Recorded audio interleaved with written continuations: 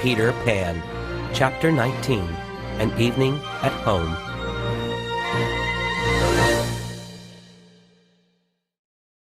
Because of the lagoon adventure, the Indians became Peter's friends. Peter had saved Tiger Lily's life. Now she and her tribe kept faithful watch over the lost boy's underground home. Night and day they guarded Peter and his family. They called Peter the Great White Father, which he quite liked. He would say to them, "The Great White Father is glad to see the warriors protecting his home from the pirates." But Tiger Lily did not want Wendy to be called Peter's wife. The Indian princess had become quite fond of the little boy as well. And, like Tinker Bell, she was jealous of Wendy. One evening, the Indians were at their watch as usual, while the children were having dinner below.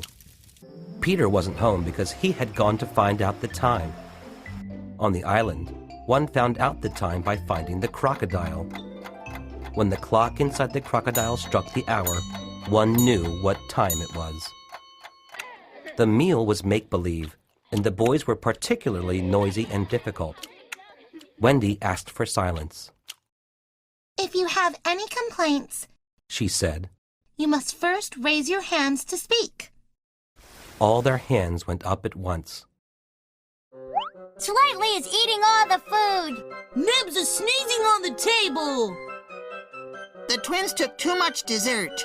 Curly isn't using his knife and fork. After the meal, things quieted down. They all helped clean the table and put the door away.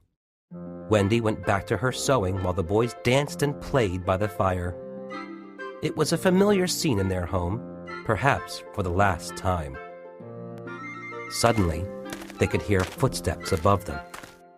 "Children, that must be your father," said Wendy. "He likes it when you greet him."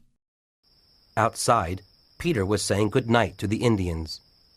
"Keep a safe watch over us tonight," he said before slipping into his tree. When he opened the round door underground, the children joyfully dragged him from his tunnel. Peter had brought nuts for the boys and the time of day for Wendy. "Peter, you will spoil them, you know," Wendy said. "Father, Said Curly. we're dancing and we want you to dance with us." Peter liked dancing, but for fun he pretended to be a tired father coming home from work. "Me? He groaned. My old bones can hardly walk." And we want Mother to dance too. Said Slightly. "What? Cried Wendy, joining the game. This old mother of so many boys has lots to do." "But it's Saturday night," Shouted Michael. However, no one knew if it was really Saturday night.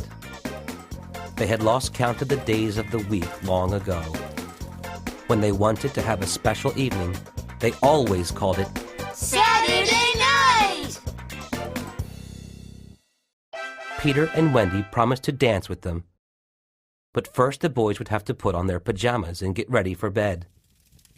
While they waited for the boys, Peter joined Wendy at the fire. She looked at him lovingly. "They are sweet, our little family, don't you think?"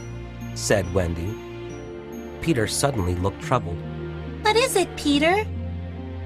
"It's only make-believe that I am their father, right?" Replied Peter in a shaky voice.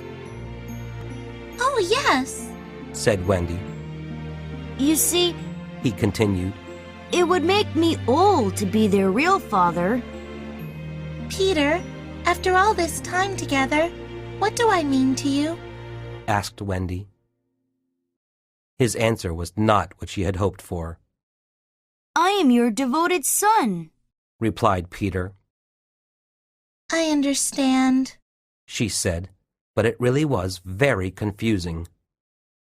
Wendy got up from her seat and went to another corner of the room. "Sometimes you are very strange, Peter said to her. and so is Tiger Lily. She says she wants to mean something to me but doesn't want to be my mother. Perhaps Tinkerbell can explain it to you. Wendy answered, frowning.